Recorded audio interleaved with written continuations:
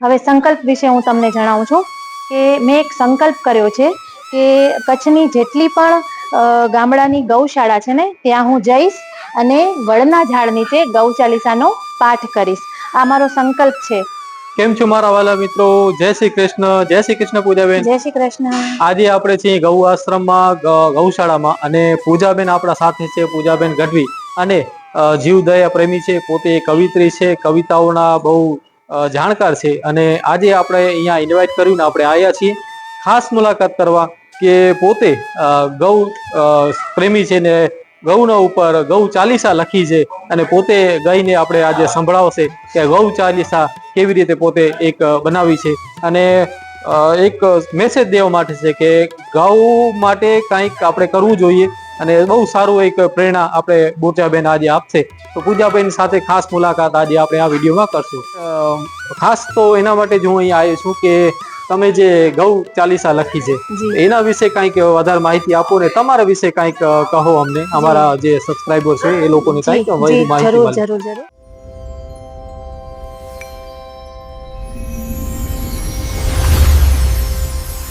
કિંકતા આય કુછ તો હૈ.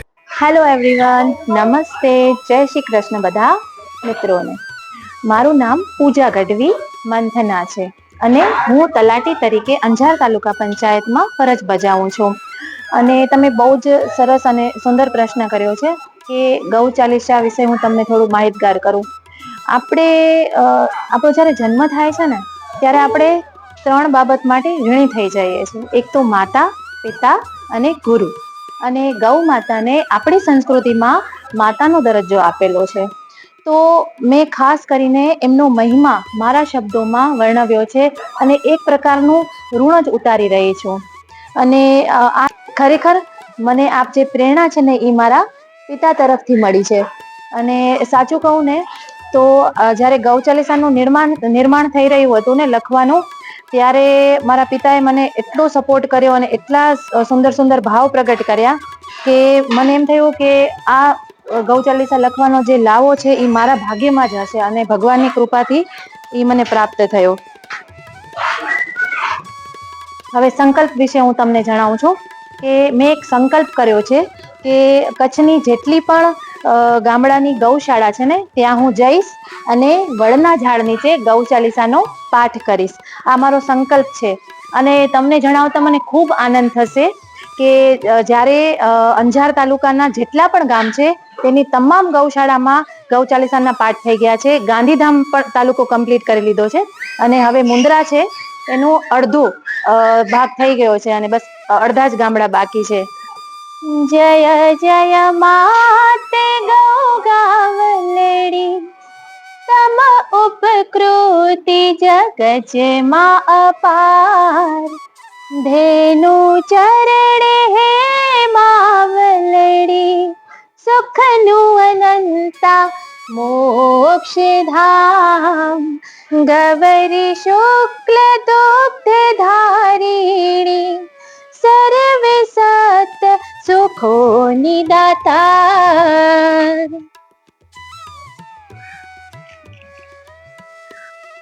ક્રતુંડ મહાકાય સૂર્યકોટિ સમપ્રભ, નિર્વિઘ્નમ કુરુ મે દેવો સર્વકાર્યેષુ સર્વદા. યા કુંદેન્દુ તુષારહાર ધવલા, યા શુભ્રવસ્ત્રાવૃતા, યા વીણા વરદંડ મંડિત કરા, યા શ્વેત પદ્માસના, યા બ્રહ્માચ્યુત શંકર પ્રભૃતિભિ દેવે સદા વંદિતા. સા માં પાતુ સરસ્વતી ભગવતી, નિશેષ જાડ્યાપહા. સદ સત્પરમ પશ્ચાદહમ યદેત ચ योऽवशेषेत सोऽस्म्यहं ऋतीर्थं यत् प्रतीयेत न प्रतीयेत चात्मनि तद्विद्यादात्मनो मायां यथा भासो यथा तमः यथा महान्ति भूतानि भूतेषु चावचेष्वनु प्रविष्टान्यप्रविष्टानि तथा तेषु न तेष्वहम् एतावदेव जिज्ञासं तत्त्वजिज्ञासुनात्मनः अन्वयव्यतिरेकाभ्यां यत् स्यात् सर्वत्र सर्वदा। बोलो श्री कृष्ण कन्हैया लाल की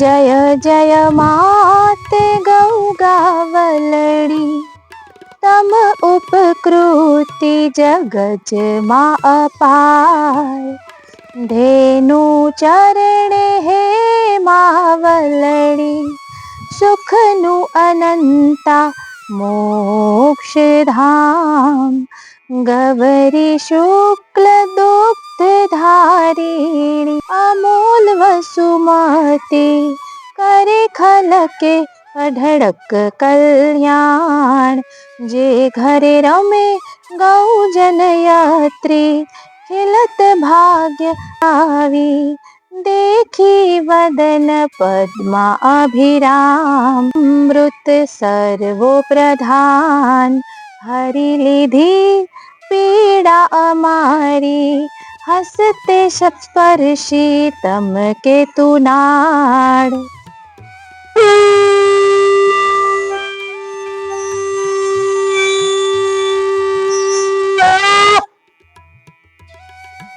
સૌ પ્રથમ તો હું ગોપાલભાઈનો આભાર વ્યક્ત કરીશ કે તેઓ આપણી જે સંસ્કૃતિ છે તેના જતન માટે આ જે ગૌ ચાલીસા છે તે ઘરે ઘરે પહોંચે એના માટે અમૂલ્ય યોગદાન આપવા બદલ તેઓ આજે અહીં પધાર્યા છે. તો સૌ પ્રથમ તો આપનો હું આભાર વ્યક્ત કરીશ ગોપાલભાઈ.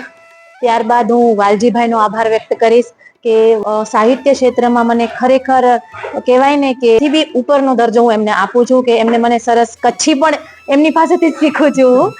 અને ખૂબ ખૂબ આભાર તમારો વાલજીભાઈ, આજે તમે અહીંયા મારી સાથે પધાર્યા છો અને મને સતત પ્રેરણા આપતા રહ્યા છો અને આવી જ રીતે તમે મને પ્રેરણા આપતા રહો. પછી હું અમૃતભાઈ મહેશ્વરીનો આભાર વ્યક્ત કરીશ અને ઘણા બધા મારા મિત્ર વર્તુળ છે, મારો પરિવાર. ફર્સ્ટ ઓફ ઓલ તો આપણો પરિવાર છે કે એમના સપોર્ટ ને સાથ વગર તો આ વસ્તુ શક્ય જ નથી. કે આ જે સંકલ્પ છે બહુ જ મોટો છે કે કચ્છની એક એક ગૌશાળામાં, અને કચ્છ તમને ખબર છે કે બહુ જ મોટો વિસ્તાર છે એમ, એટલે મારા પરિવારનો, ઈશ્વરનો, ગુરુનો, સર્વેનો હું આભાર વ્યક્ત કરીશ. જય શ્રી કૃષ્ણ. જય શ્રી કૃષ્ણ. બહુ સરસ આજે બેન આપણા સાથે આટલું બધું ટાઈમ સ્પેન્ડ કર્યું અને ખાસ કરીને ગૌ માટે જે પોતે ગૌ ચાલીસા લખી છે અને ભારતના હરેક ઘર સુધી આ ગૌ ચાલીસા જે એ પહોંચે. અને આપણે આજે આપણા ભારતીય હિન્દુ સંસ્કૃતિમાં જે ગૌનું એટલું મહત્વ છે ને આપણે ગૌને એટલો પ્રેમ, દયા, ભાવ અને માતા તરીકે માનીએ છીએ. તો એના માટે આપણે આદર સહકાર હોવું જોઈએ. અને ચેનલને તમે લાઈક, સબસ્ક્રાઇબ અને શેર કરજો. અને આ જે આપણો જે પ્રયત્ન છે એને હર ઘર સુધી પહોંચે એવી એક આશા છે તમારા સુધી કે અમે